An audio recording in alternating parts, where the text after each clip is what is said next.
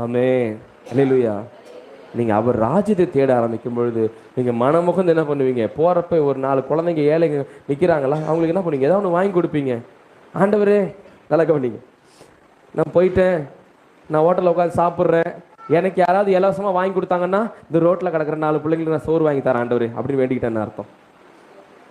அப்படி யாராவது வேண்டிப்பீங்களா? இப்போ நீங்கள் ரோட்டில் போகிறீங்க, நடந்து போகும்போது 4 பிள்ளை சோறு திங்காமல் உட்காந்துருக்கு. அந்த 4 பிள்ளையை பார்க்கும்போது மனசு வருத்தமாக இருக்குது.